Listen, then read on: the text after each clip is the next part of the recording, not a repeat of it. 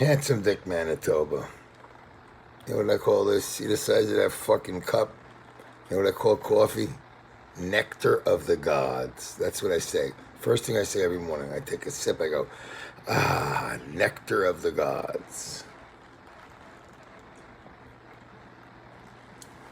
One of my favorite things is they found out that coffee, although too much, like 12 cups a day is no good for you, but like 3, 4 cups a day, it like fucking gets rid of cancer. It does all this great shit all of a sudden.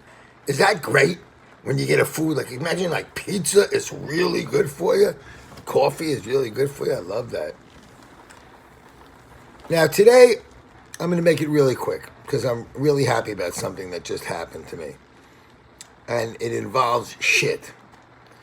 Now, if you think I'm trying to be cool by talking about shit and saying fuck and piss because I can, I'm not.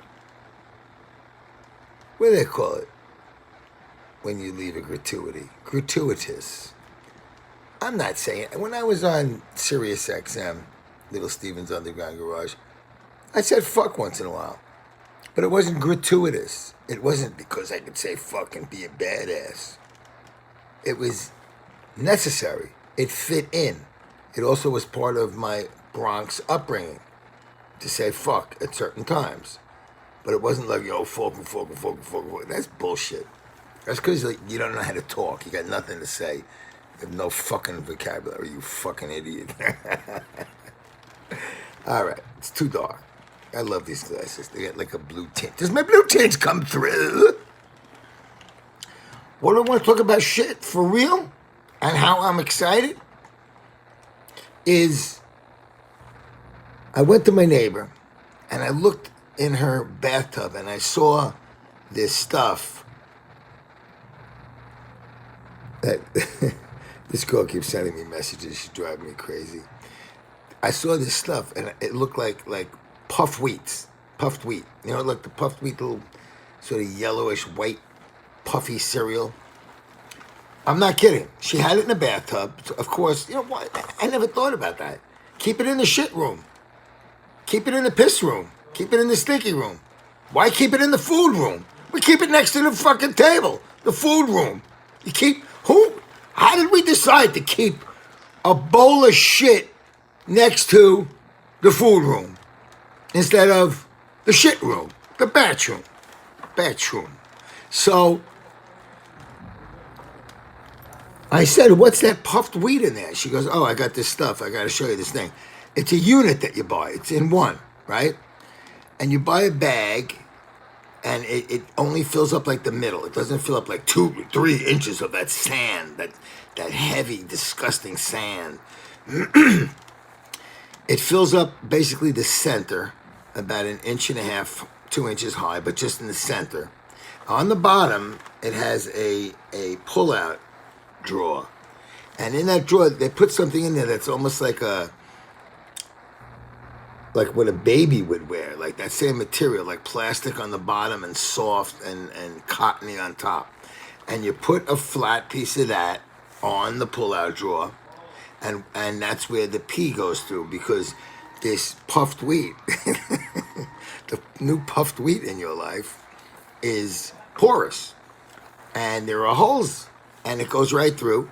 And once a week, you pull the drawer out, you grab it by, throw it out, and you just put a brand new one in.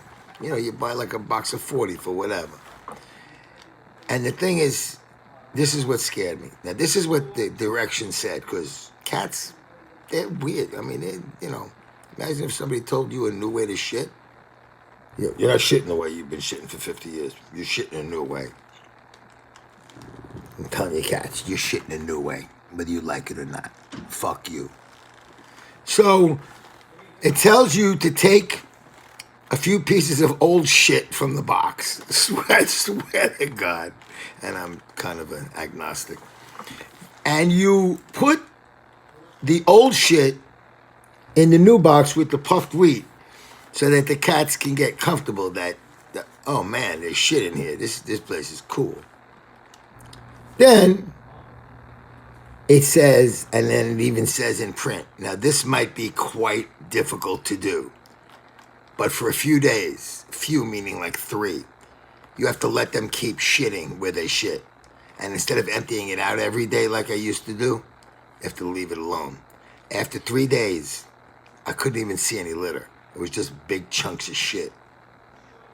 And the point was, according to the people who make this product, is that cats don't like dirty stuff. So they're not going to keep going into a litter box completely inundated with chunks of shit. So after there was so much there, I couldn't take it anymore. Looking at it, smelling it, there's nothing left to do. I got rid of that box. And the next 3 days scared the shit out of me. No pun intended. Because they didn't go. I saw them pee a little. But there was no chunks. And it was scaring me because it's like, if these guys get sick, it's going to be like fucking $1,000. You know what I mean? Oh, we got to go inside and we're going to have to check the blood and we have to brush their teeth. You ever see the new thing now? For years, you got to brush cats' teeth. I ain't brushing my cat's fucking teeth. I ain't brushing their teeth. Them brush their own fucking teeth. So, I get rid of the old shit, and now it's freaking me out that for 3 days they haven't shit in the new shit. What's going to happen? So what I did, I thought this was pretty smart. I took a big scoop. And by the way, that sandy stuff that I've used all my life for cats, all my life, like a lot of years. Comes in vats. I buy them now from Chewy. I buy everything from Chewy because you get huge sizes for decent prices. Some stuff's expensive, you know, the organic. So I got these huge 30-pound vats, and I got some left. So what I did was I took 2 scoops of the old litter and put it in the new litter. I'm thinking, okay, that'll give them a little more comfort with, instead of the 100% puffed wheat feeling, they'll have like sand on the beach puffed wheat feeling.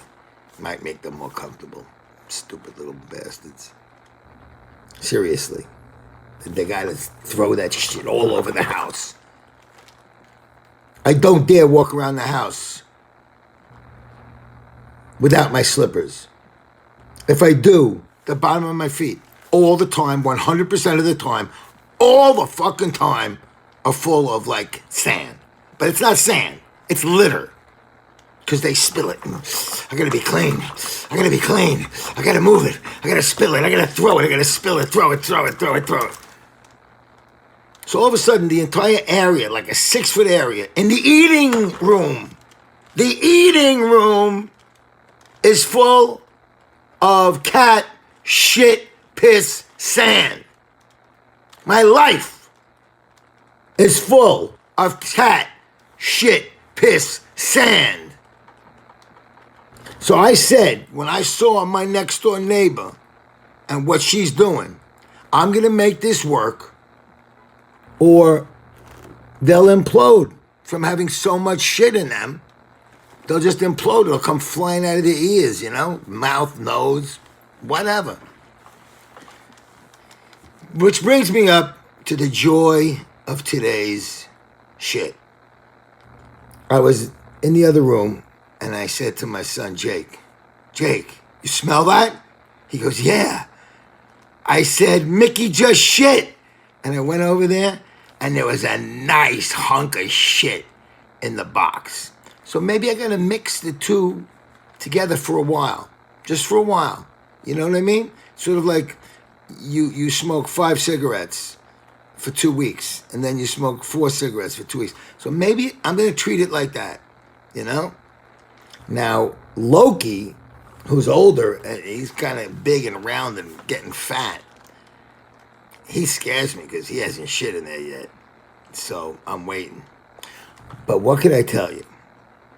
Usually, I can't stomach the smell. I can't stomach the deal that I have to do. Part of love.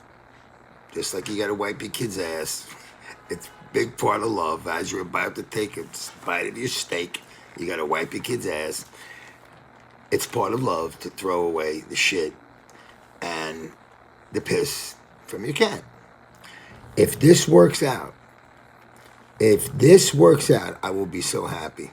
And today, the fact that One of my cats, while I'm waiting and waiting and waiting, took a shit. It smelled. It was shit. I got rid of it. I'm on my way. Handsome Dick is on his way to a new way of dealing with my cats. Out of the food room, into the bathroom, I win.